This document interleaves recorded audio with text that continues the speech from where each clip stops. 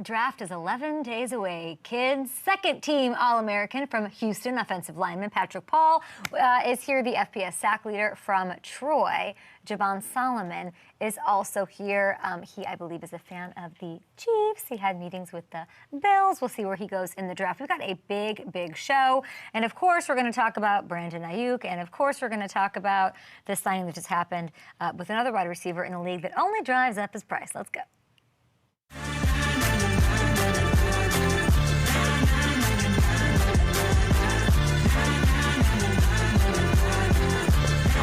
Begins 11 days to the draft. You've got teams all over the NFL starting their, whatever the unofficial, the offseason programs that are like not that official or not mandatory or whatever you want to call them. It's all happening right now. So 32 teams have their offseason programs in full swing as of this week, which is exciting. And we got our first Aaron Rodgers slo-mo. Let's go to it. Making his way into the Jets facility. No Big Lebowski sweater, no flip-flops. I don't see anything dragging. So look at that smile. He could be wearing nothing but that smile because I'm sure he's excited. I'm sure he's excited and feeling some kind of way progressing with that awful Achilles situation that happened on the first Monday night game up against his new division rival, the Bills, under the bright lights to kick off the season. He's had a lot to think about. A lot to, contemplate. Ayahuasca, dark rooms, the whole nine. I can't wait to see what happens. Just wanted to give you that little thing. I don't know if we have Hamilton. Hamilton, I had a dream about Aaron Rodgers last night, not knowing that this is even happening today. And this is just the way my brain works. I mean, I don't think you can call that a coincidence. Yeah, good to have you back. I had a dream that Aaron Rodgers was playing. It was a big metropolitan Gotham-like city. I actually think it was Chicago, a city he owns historically. But there was a beach. It was like if Lake Michigan was an ocean, and he lived on the beach in some sort of very weird, architecturally complicated building that had a gym in it next door called the Gym Rat. And he was going to a workout, and I was going to hang out with him, and he made me some sort of an elixir, something, and he's like, you have to drink this. And I'm like, I don't want this. I just want an interview, whatever I needed from him at that moment. And yeah, I'm at his, weird Wusa house. There's crystals, there's all these things, and he hands me this elixir, and he leaves, and I spilled it everywhere on something important, like his playbook or something like that. So anyway, somehow I locked myself out of this house, and the whole dream, the whole plot is me trying to not the anti-Kevin McAllister, the bad guys, what do they call them? The bandits, the wet bandits. The wet bandits? I was trying to wet bandits my way back into this living situation that he was living in without him knowing. I was going up like shafts, I'm not kidding. I was like sneaking in back doors of like weird businesses, trying to find my way. Like, how do you get into this Aaron Rodgers house? That was my dream. I mean, the craziest part about that, I think, is that that's a totally realistic scenario that I could see playing out at some point. So, it was Gym Rats, and it was in like the Planet Fitness look purple.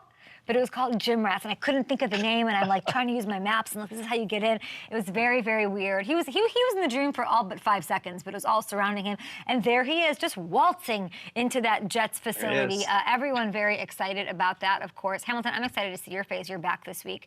Hopefully you got some rest. No one deserves it more than you, and we're going to get into some things here because we got some big news ahead of these OTAs that are going on with a couple of star wide receivers. Just moments ago, the Eagles announced a 3-year, $75 million extension for Devonta Smith, keeping him in Philly through 2028. Excited for him, excited for the Eagles. Yeah, what a baller. We'd love to see this. I would say this contract also sets the bar for a couple other wide receivers, looking for new deals who make grabs similarly to the one that you're seeing. Devonta Smith, the number 2 option on that Eagles offense.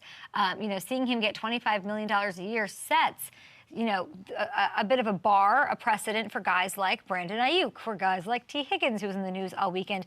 And they've been the respective number 2 options in their offenses, but they have that same breakout wide receiver 1 potential. You look at what Devonta just got. It's the same annual value as A.J. Brown. It is more than our guy Deebo Samuel. So you have to think the bar now set, and that ups the ante for the Niners and for the Bengals, respectively, and gives a little leverage to the wide receivers for once, which we love to see. We also saw some significant news on both those players yesterday. So let's start with T. We've been waiting for some kind of resolution to the trade request, for almost 2 months now, and we may have finally gotten it a bit here. T had his youth football camp. He did it over the weekend, and he was asked, of course, no. And this is a player who knows, like, I'm doing this. I need the media. I need the press for it. And in choosing to do that, I'm going to have to answer questions like this. What is my future with the Bengals in 2024? We'll see. I do anticipate it. Since he's grown up, I love for Cincy that I didn't think I would, but man, looking forward to it.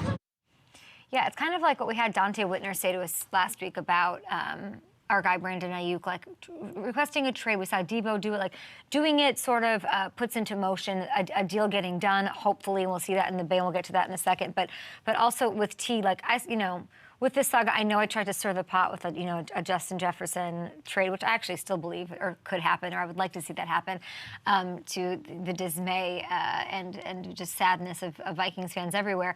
But I sort of knew, like, even though this happened, I didn't expect.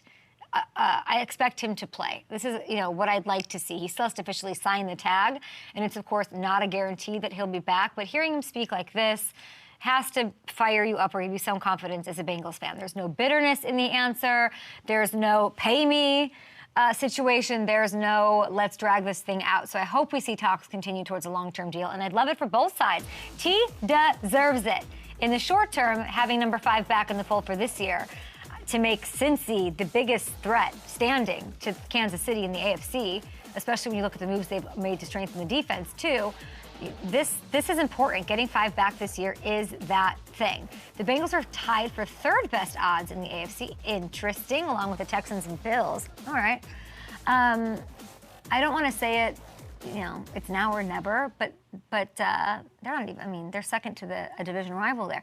This is Cincinnati's window we're looking at here, okay? So as cute as we love a Sean Hunter middle part on Joe Burrow and coming and being so cute and giving the degrees and diplomas to Jason and to Travis and all of that hoopla and whatever, Burrow's cap hit is going to go up. Jamar gets paid.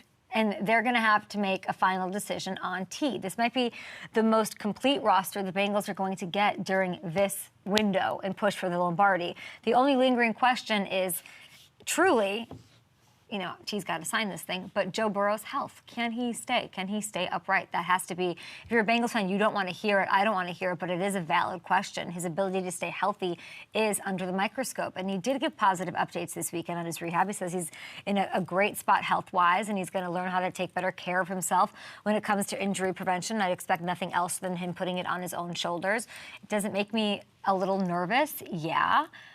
Between that update and the Higgins news, it's hard to have a better mid-April weekend, though, than the Bengals just had, given all the stuff that's going on. The other receiver in the news, of course, reports yesterday morning that Brandon Aiyuk did the thing that, we've seen the Debos do, request a trade from the Niners. That rumor shut down quickly by Ryan Williams, who's representing Aiyuk. He's his agent, okay? He said, you need better sources. This is a bit of a yikes for me, okay? I wasn't surprised the report turned out to be unfounded because everyone I've talked to that has any ties to the Niners believes Aiyuk's going to be back. Even Dante Whitner made me feel silly for even asking the question. I've seen all of the different things he was posting on Instagram. Mm-hmm. That's just adds to the mystique. I think that eventually John Lynch, Kyle Shanahan, and the 49ers organization understand how valuable Brandon Aiyuk is to their ultimately capturing the Super Bowl and the Lombardi. So, yeah, give it a little time, but it'll all play out. Okay, don't forget I did talk to Debo when he recovered from the heartbreak of the Super Bowl, and I talked to him about his teammate and what goes on this offseason. Take a listen to Debo. It's not going to be all fine and dandy like you think it's going to be, man. You got to stay the course. You done did everything possible that you done did for you to be in the position that you done be in, and just let everything play out. I think letting BA go would be a huge mistake. A huge mistake. Yeah, I love that guy. I don't see him leaving, though. I don't see him leaving. I feel like who would know better about the situation than Debo? When I look at the situation, it's similar to what's going on with T. Higgins. The Niners are a team in the thick of their window. They're right there.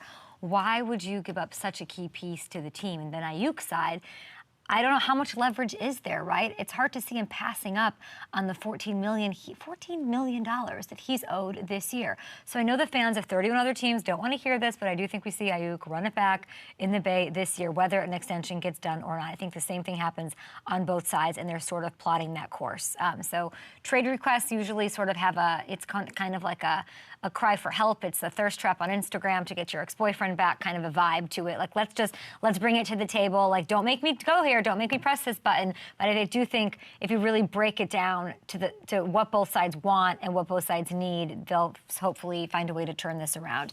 And by the way, for the sake of things of discussion, if things do turn, talked to Hamilton about this morning, Steelers, God forbid the Ravens go get him. They could. Oh, my God, imagine Aiyuk on the Ravens. That would be crazy. But the team that I'd like to see on the phone lines this morning, Elliot Wolf, what up? Patriots, fresh off a visit with J.J. McCarthy this weekend. If they do plan on drafting a QB third overall, they're going to need some support for him to avoid putting him in a Justin Fields-esque fail situation. So if you look at this, guys, New England doesn't have a receiver on the roster that put up even 600 yards last season. So there are some solid complementary pieces here. They need a number one. We know they were in on the Calvin Ridley bidding. They still have a league most 53 million in cap space this year, a projected $144 million next year.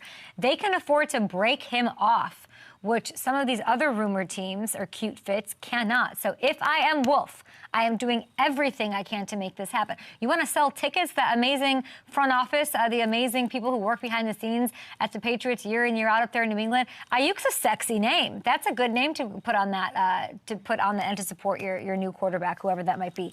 Everyone has a price. I cannot let my rookie quarterback walk into a situation not set up for success. So that would be great. Okay, I think we're going to take a short break here. We've got lots going on. We have got draft prospects, Javon Solomon, Patrick Paul on the show. I'm going to also give you guys one thing that you need to know about South Carolina wide receiver Xavier Legette, who we talk about on the show all the time. Also, I think we have a puppy coming on the show. Maybe. I think we do. Not in studio. Calm down. No, we have might have a puppy appearance through my back channels via Zoom. Don't worry. Okay. No, like here? No, I mean like here. Here? Oh, the guest spot. Yeah. I have a question. Can somebody, the prompter thing is not, I only saw half the prompter. There's like a flap or something on the right side. It happens all the time. Thank you. On the right side. Yeah, that, whatever. Or it's in the upper. Can you scroll a little bit? Let's see. Thank you. What was that? I don't know. What up? Let's go!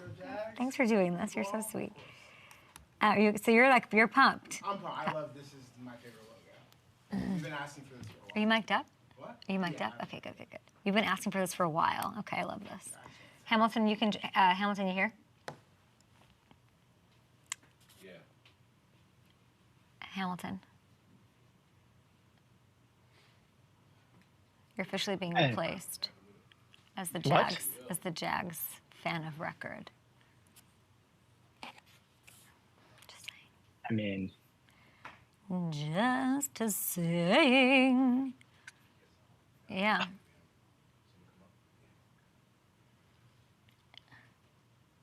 Hamilton, when are we doing this? After Xavier Legette? yeah. I mean, Go on. this is devastating news. Yeah, well. I mean, Jordan's actually from Jacksonville. I get it, but Your thing to Jacksonville never really made sense anyway. It was like very, huh? Very out of nowhere. I mean, your New Orleans, Cincinnati Jordan's legit. Chargers. Jordan's got papers. I have props, so I'm prepared. Oh, God. Why am I not seeing this? I'm seeing the Brady thing. We're just putting this in the Brady thing, right? Yeah. I guess I don't understand when we're bringing Jordan in. Yeah. Oh, I don't know what that means. What does that mean? Yeah. So this is like, we got a bit here. Yeah, we're doing the It's after the Brady thing. After the baggy draft suits. Okay, got it. Why do I think, did Reggie Bush have a baggy draft suit? Was I right? All right, back on Up and Adams. Happy Monday, everybody. Time for the draft. It's 11 days away. And here's one thing you know about here's one thing you need to know about South Carolina receiver Xavier Legette. And that thing is that he's had the biggest rise of any prospect in this draft over the past year. Now, we talk about this kid on the show a lot. Not kid, like absolute force who's going to do his damage in the NFL. He had just 423 receiving yards over his first 4 years as a Gamecock combined, guys. Less than 500 yards. Last year, everything came together. He racked up 1,255 yards in 12 games. If you need help with the math, that's over 100 yards per game, good enough for 8th in the entire country. So Xavier credits all the extra work that he put in with friend of the show, Spencer Rattler, for this big uptick in production, as well as studying film of himself, other receivers, big guys like DK Metcalf. And if the production wasn't enough to get you excited or teams excited, this 6'1", 221-pound Legette clocked in a 4.3940 in Indy with a 40-inch vert. So athleticism off the charts. Everyone I've had on this show loves him as well. Rattler raved. Debo talks to him regularly. Debo is giving him advice, pumping him up through this draft process. Right now, Xavier's projected as a second-round pick. Who's to say that this meteoric rise doesn't continue and keep going and vault him into the first, which is absolutely what I'm expecting. And I think he's going to be a game changer on an NFL team. Might be a huge value, and he should be, because people are going to look at the experience, the lack of performance, and, is that 1 year a vacuum? There's questions that like everybody gets in those situations, but that always to me equals value in the draft when he shows that he can do it. And when I'm looking at a Spencer Rattler and he's lighting up the way he did here on set, I'm in. Okay, from the 2024 draft to the 199th pick in the 2000 draft, here's other news we had over the weekend. Tom Brady, oh God. Tom Brady said, he was retiring for good. He said this on February 1st. For good were his words. But then he goes on a podcast called Deep Cut last week. And again, Brady does not close the door. Let's say one day there's a situation, right? Maybe it's the 49ers, maybe, heading to the playoffs. Offense is great. Patriots, somebody, Raiders, look, could be, you never know. God forbid somebody goes down. Would you pick up that phone? I'm not opposed to it. If they would, I don't know if they're going to let me if I become an owner in an NFL team, but I don't know if, I don't know. I'm always going to be in good shape, always be able to throw the ball. So to come in for a little bit, like MJ coming back, I don't know if they let me, but I wouldn't be opposed to it. Hamilton, get in here. I don't know if I want this storyline. I mean, excuse me. He's wearing that no bull thing. That's his company. Like, he's playing the game. I think it was very cute and boyish, like when Gronk comes on our show and he's like, I don't know, maybe I would. But then there's like, he's this animal that would come back. If it's Absolutely. So if you're San Francisco, I saw there, Brock Purdy got married. He's taking photos of little kids. Like, if you're Brock Purdy, you're like, right? Yeah, I mean, I think with the way he was talking about it, it seems like it'd only be if a quarterback gets injured and he could just come in, plug and play type situation. Yeah. But yeah, it has to make you nervous. He's done it before. It's how he started his career. So let's see if he can stay. Let's see if he can stay on the sidelines or I guess in the ownership booth. Okay, Hammer. Speaking of that, a lot of comeback stuff this weekend. A lot of nostalgia, Coachella, the whole thing.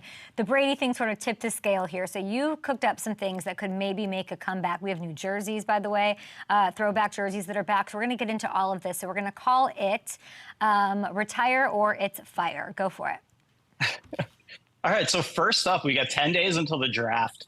The old baggy draft suits from the mid-2000s. Do we want those to stay retired or were they actually fired?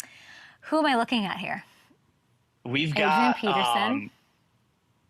That first pick, we had Chris and Jake Long. Here's Aaron Rodgers. I don't know if Aaron Rodgers was baggy. There's Reggie Bush. Now, I'm a big fan of baggy clothes, so I think the baggy suit never should have left. When I look at a man and he's wearing a suit, I always think you must be so uncomfortable. This sucks. Like, you don't want to me, wearing a suit's like you get home, you want to change immediately. So I'm a big fan of like whatever we can do to athleisure up the draft. Make the suit loose, make it comfortable, make it work for you. I'm definitely here for this. I will say, and you missed this last week, but you went to Mizzou, so you'll appreciate it. I will cast my vote right now. The best dressed draft pick walking across the stage to hang out with Goodell is going to be Darius Robinson. Take a look. I just left New York. I got my suit for the draft, so I'm all set. What are you wearing? Give me a little, because I know that you like fashion too. Yeah, it's a little, I'm not trying to give away too much, but just know, your boy might win top dress at the draft, so. Yeah, your thoughts. Okay, let's go move to the next one, actually. A couple teams announced changes to their uniforms this morning. Hamilton, take it away. Yeah, so there's a little bit of a retro vibe to all of these, too. Here's what Aaron Rodgers and the Jets will be rocking in Week 1. I love it. A throwback to the Sack Exchange uniforms. And then the Jaguars also announced that they're bringing back some sort of throwbacks. They showed the old Jaguar logo. They didn't show exactly what the uniforms are going to look like yet, but I think we can guess. So what do you think? Should these retro styles stay retired, or are they fired? Asking me. I don't have any opinions on this, but here we are. Are we coming next to me here? Go over here where our guest is. Jordan King's hanging out with us. Jordan King runs our social, so if you ever see any of our clips, which is the voice and life of our show, it's Jordan King. I don't know where you want to sit. Where can we see this? You are our resident Jacksonville fan. Yes. I have no opinion on this. Tell me everything I need to know. We have been asking. What are you wearing, first of all? This is a little. Let's go! This is what we'll be wearing. We'll be rocking. This is a nice teal. This is our color, the logo. This is so worn down. It's crazy. I've had this since I was like 5 years old. Fred Taylor, he should also be in the Hall of Fame. I'm going to make that case for everyone.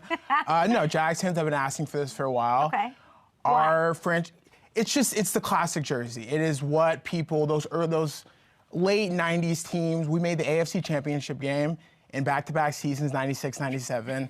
People don't talk about it, Yeah. Jaguars, we came on the scene in 95 and we have just, we had a great little start. And then I think the more uniform changes the franchise has, it's a way to distract the fans. And so we don't want to work. We're here. The Jets fans are here. The Jets fans, we're very, very excited. We got Josh Allen locked up. We got Josh Allen locked up. Gabe Davis. It's going to be a breakout year for Trevor Lawrence. We're feeling good about this. And I like to go back to what's worked, the classic. And teal, I've always thought we should incorporate as much teal as possible. It's just a beautiful jersey. It's a beautiful kit, beautiful set. We love it. I love it. It literally looks like it's going to rip the next time you wash it. Hamilton, I'm sure you love this. Oh, I mean, we definitely love it. I wonder if the black alternates are coming back. We got to see, are they bringing back this helmet logo too with the throwbacks? I always love the rounded logo too. It's the most unrealistic looking Jaguar I've ever seen. It doesn't, it barely has ears, but we just love it for the fact that it's ours, It's Duval till we die, and it's the best logo in football. So there's no fans that don't, there's no Jags fans that are out on this, right? This is everybody's happy? Oh yeah, everybody's excited. And this is gonna put the stop to the Texans in the division. You guys think it'll give you the edge? Yeah, look good, feel good, I think so. Good. There you go. Jordan King, please put that in. I don't even know where to put that, antique bubble wrap or something. Appreciate you stopping by, Jordan. Jordan, who literally is our voice on social media, and the resident Jags fan of this program. Okay, appreciate it, Jordan. Excited. I'm down with those coming back. I will say that those are fire. Even though you guys talking about the rounded. I literally don't see it. We should play like a uniform comprehension exam and see how hapless I am at it. I could not care less what the uniforms look like. Literally, I couldn't care less. That's why I was so excited we could work this into the show today. So. All right, what else you got? What else is the thing that happened? All right. So Coachella over the weekend, we saw some musical acts from back in the day reunite. No doubt, no doubt with Gwen Stefani, Lauryn Hill and Wyclef.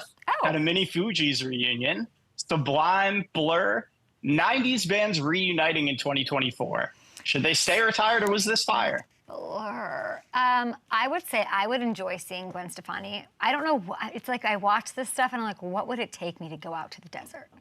What would it take to get me there? Like I don't know if Gwen could pull me in all that glory. I saw some clips. The crowd was not giving, and I did not like that. Like, that's the difference. Because she looks the same. It's scary. But if you put that back in the 90s, people are going crazy. There's mosh pits, there's singing, there's people who are just dying about spider webs showing.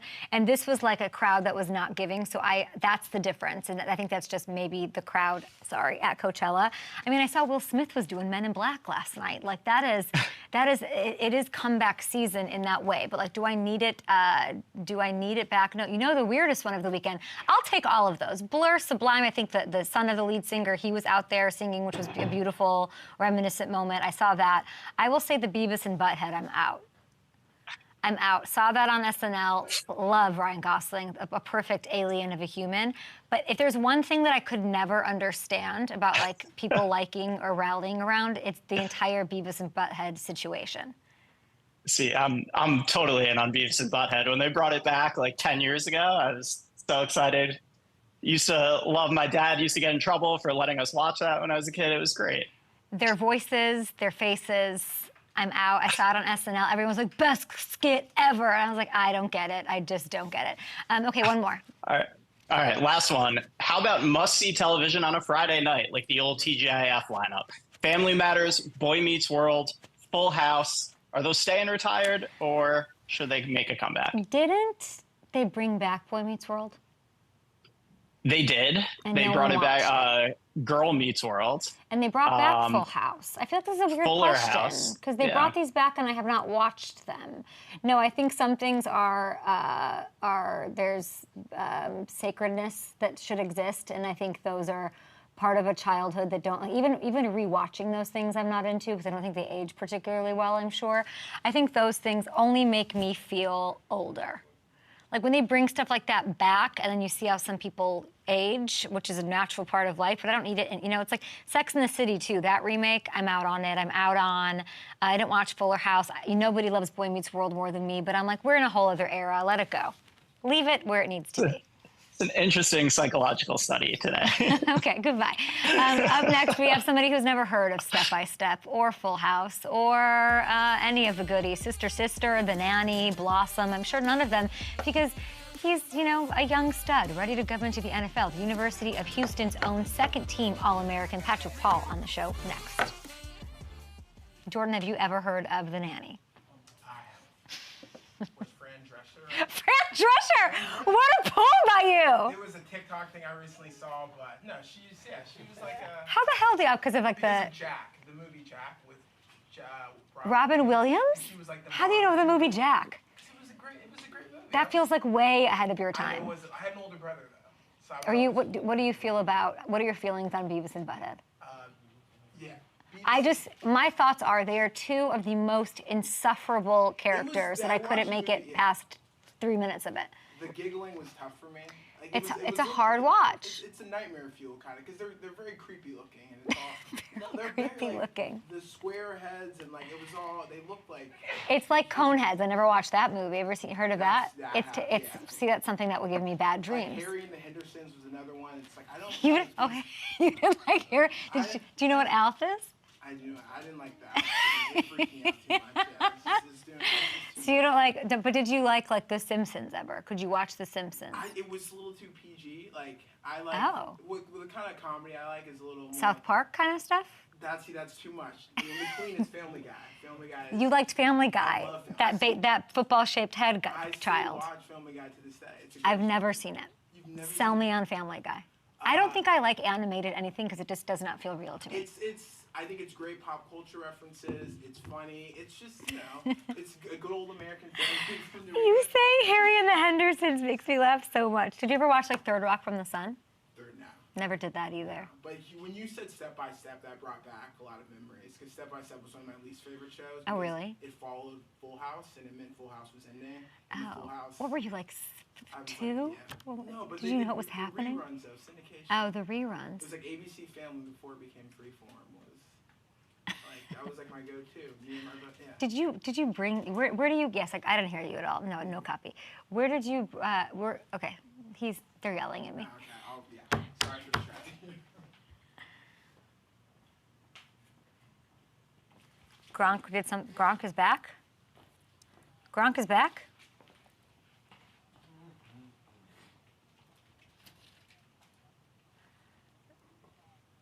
through the first pitch in Boston.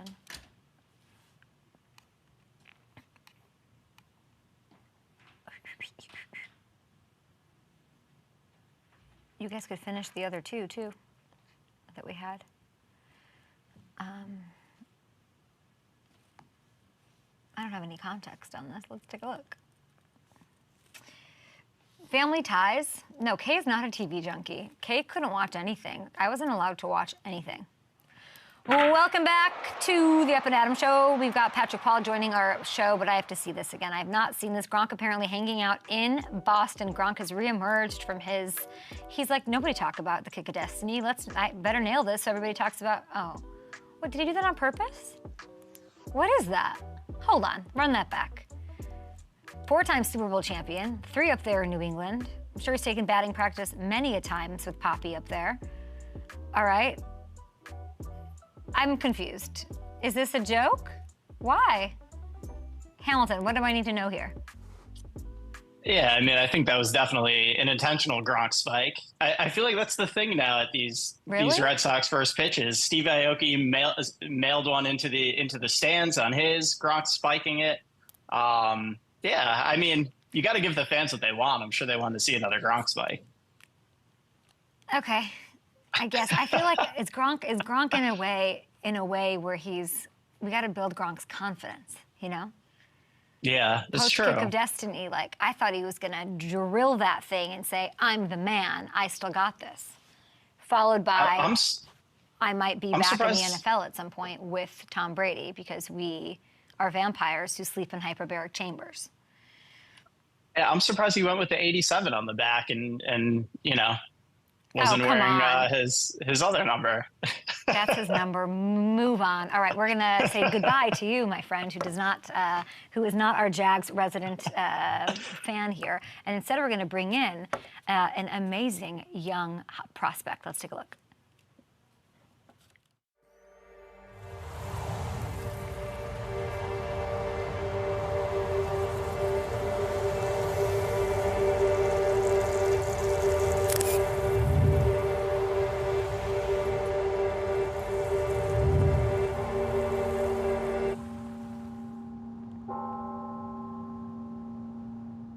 That's right, NFL. You should be scared. Here he comes. I love a good hype video for a great prospect. Our next guest named first team All-Big 12, second team All-American, team captain for his final year at Houston, a dominant offensive tackle for those Cougars. He's born and raised H-Town kid through and through.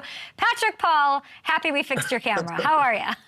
I'm good. How are you? I'm good. How are you enjoying these interviews? There's a lot of Zooms, a lot of in-person. Like, does it excite you and energize you, or are you a little more introverted and it sort of exhausts you?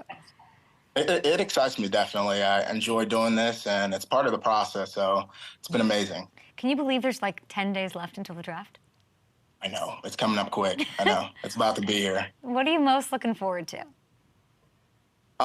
know, I'm really looking forward to getting into a room, you know, whatever team drafts me, wherever that is, to just get in there and get familiar with the players, get familiar with the coaches, and just start my journey. Well, let's get familiar with Patrick Paul. You led all tackles in the entire country with a PFF 91.5 pass block grade this year. You allowed 1 quarterback hit in 469 opportunities, just one. You went 9 of 12 games without allowing even a hurry. What was the key to your dominance this year?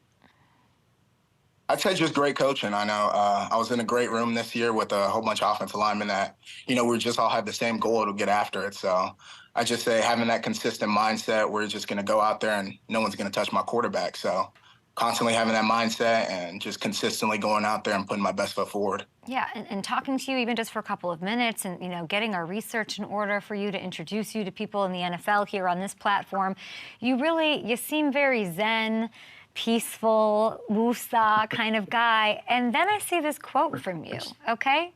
Let's take a look here. I don't think you have to have a nasty side to be a good offensive lineman, but I do. I feel like that's the way the game should be played. You've got to be nasty with it. What does this mean? What do you mean? What does this mean? What do I need to know about you in the NFL?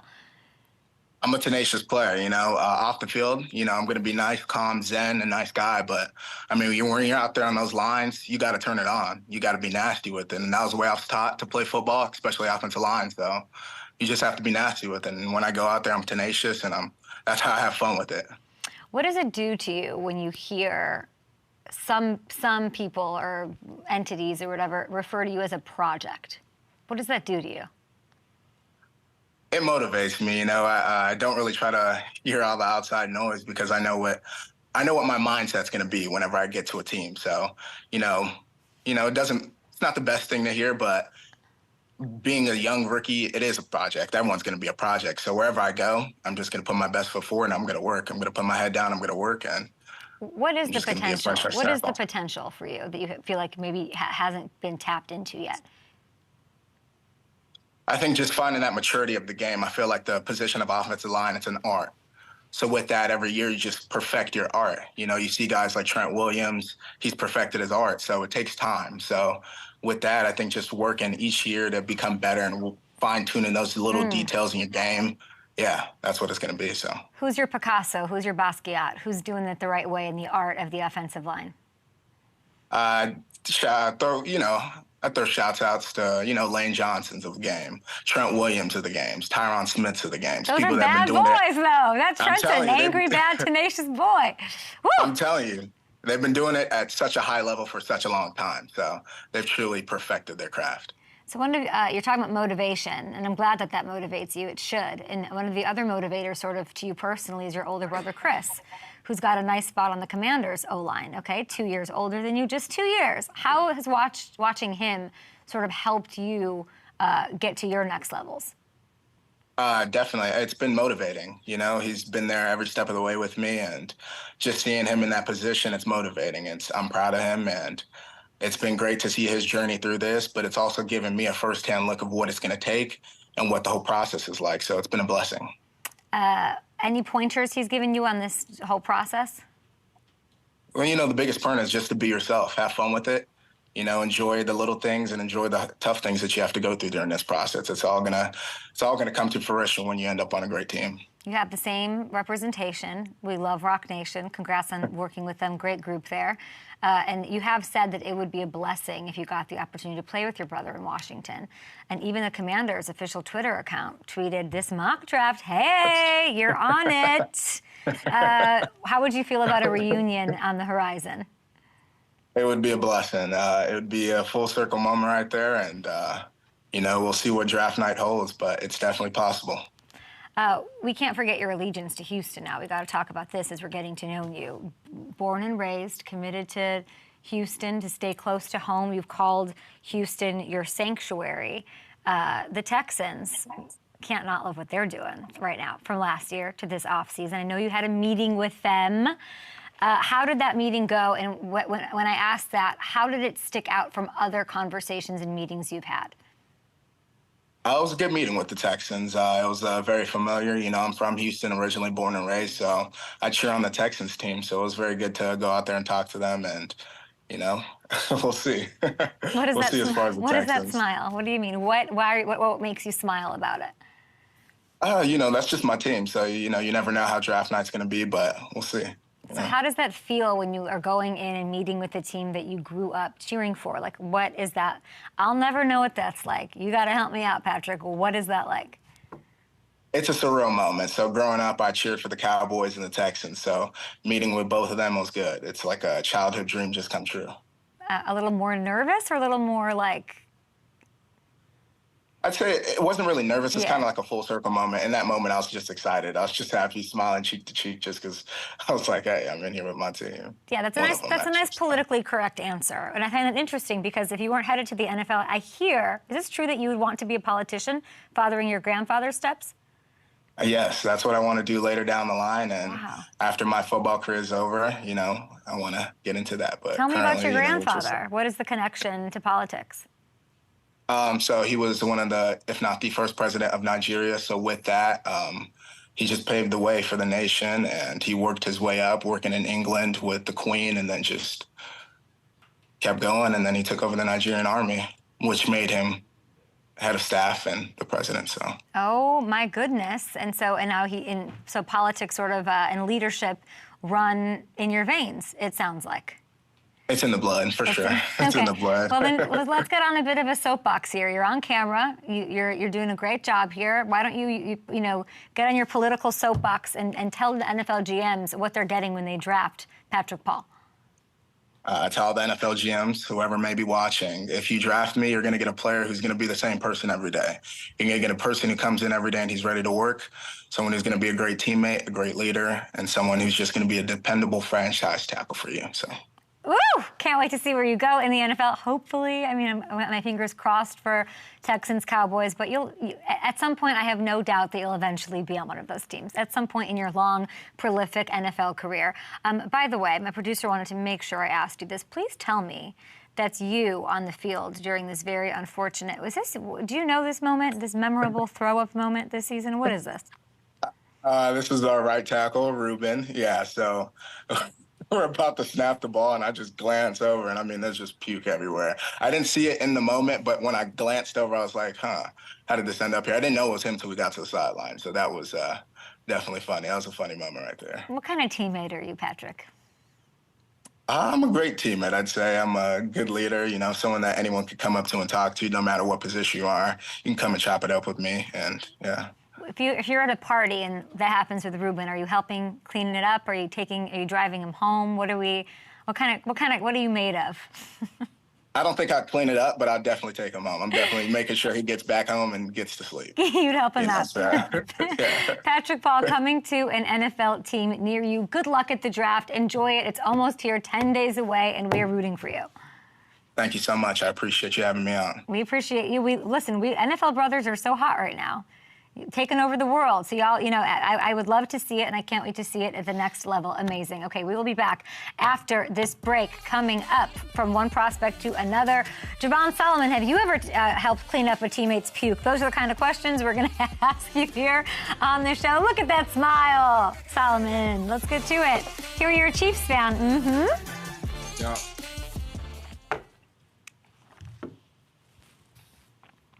Mm-mm-mm-mm.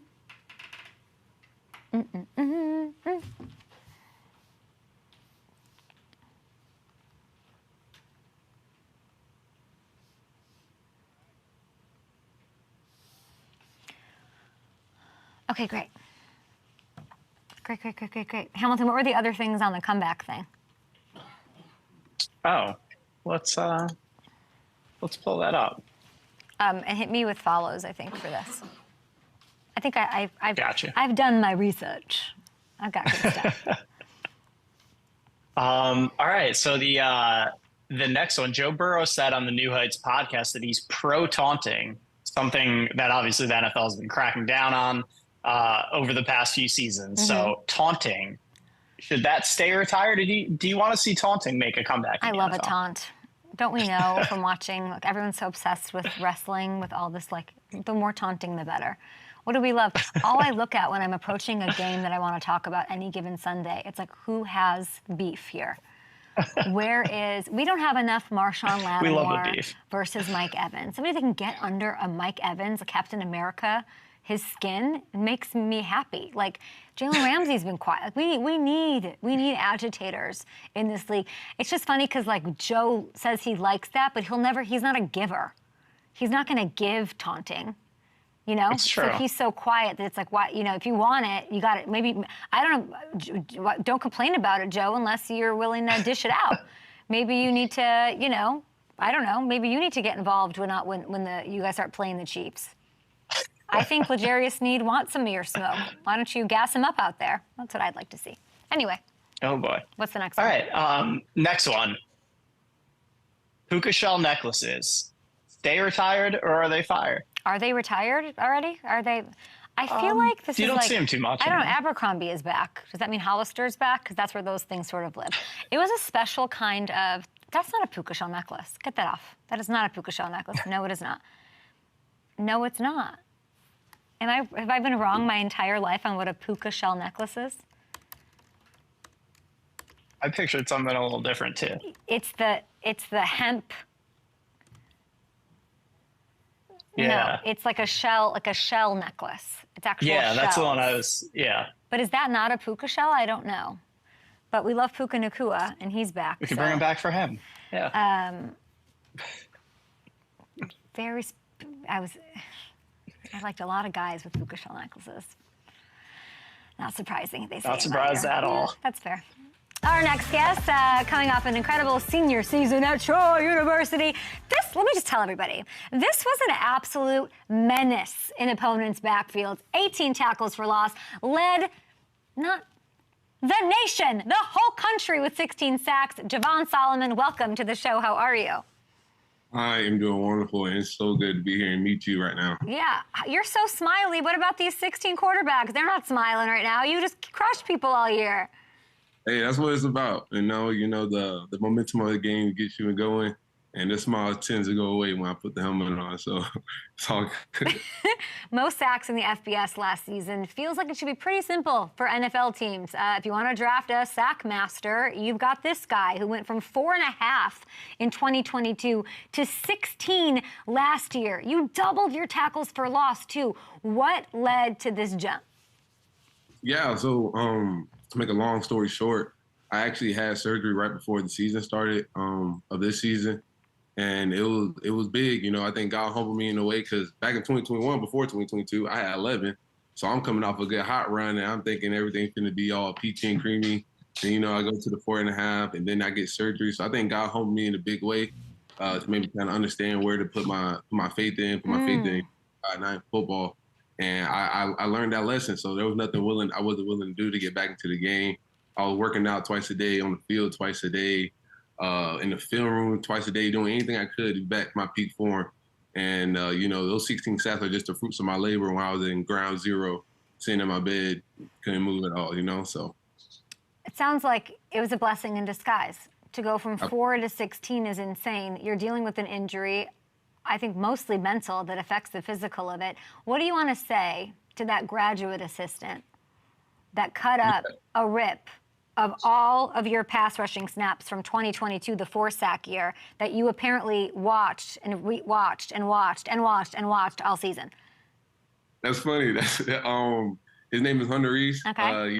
He just left here to go. He got his own coaching job at high school now, and I just called him not too long ago just to tell him, like, bro, you mean the world to me, bro. And the difference between my playing style, the way I was able to watch film and read tackles and study myself truly jumped exponentially just because of him. And, you know, it's a true testament to his hard work and him being willing to come sit with me at 9 o'clock or 6 a.m. just to watch me. You know, he put himself last and put me first. So I really appreciate him. And that's my guy for sure. We locked in for life. What do you think he saw in you that made him do that? Well, you know, he was here at Troy not too long ago, probably like 2017. They won a championship here, and I think he just seen the work ethic when he first came in, around 20. He came probably 2022, and I think he just kind of understood where. And I quit to gravitate. You know, I love to learn from guys of his stature and his nature, and how he goes about the game in general. So I quickly relayed to him and asked him questions, and I think he's seen that, and he kind of realized that, oh, hey, this kid, he wants to be great, so why not pour into him and kind of help him get a good understanding of the game and the different lane that people kind of see. Because, you know, some people kind of throw GAs under the bus and they don't understand that. Like they kind of put the game plan together. The coaches come up with it, but they're all in the group, you know, playing it together. So, like, if you get in with a GA, you kind of find the fundamentals of the game that you might not see with just watching film by yourself or just with your coach. You're attacking it at all angles, and you're all in. I could tell from hearing that graduate assistant story, and I could tell by seeing your face light up when I mentioned him, so you could give him a little love here. There's that angle, which is the deep dive, and that takes a lot of discipline. And then there's the other stuff. There's the, you know, you had an informal conversation with Mike Tomlin, I understand, which could have been, probably was insane. Give me, like, this in one sentence what you walked away thinking after talking to Tomlin. I can give you one word. I was like, wow. I was stunned, you know. I tell people this all the time. Before I was a player, I was a fan of the game. So I just love to watch football and just be around it. So, like, when I'm walking away and I see Mike Tomlin, I'm like, hold on now. this is that guy I just see on TV for years and years, and you know, he brought me to the side and he whispered some stuff in my ear that I just kind of, like, it was just kind of like he made me just see the game in different, like, you know, he made me understand just something that, you know, maybe not all people get a grasp of. And, you know, he like it kind of makes you understand that people are just people. You know, people are people at the end of the day. And I just got a good gravitational pull for him. And what he was telling, what he was preaching, it was good stuff, man. And, you know, my mom's boyfriend, I call him, you know, he's my stepdad. He is a big Steelers fan. So when I first seen him, I was like, hey, I know he just got done telling me some motivation. And I'm like, hey, I love all that. Can I take a picture with you real quick? I just got to tell my, you know, just to get that ideal, just that fulfillment moment of this is Mike Tomlin, you know? Whether it's something Tomlin told you or somebody else, I have it on good authority that you were more than others. I think everybody probably does, at least if they're smart, they do. All of the prospects like to ask questions, feedback, but you sort of stuck out, I heard, among GMs and coaches and scouts, that you want feedback. You're saying, what can I do? You're trying to absorb and learn in every little situation that you've been in. I think that's great for you, Javon. What's the one thing that you picked up from this process of the NFL questions, the prodding, the scouts? What's the one piece of feedback that you really are taking with you?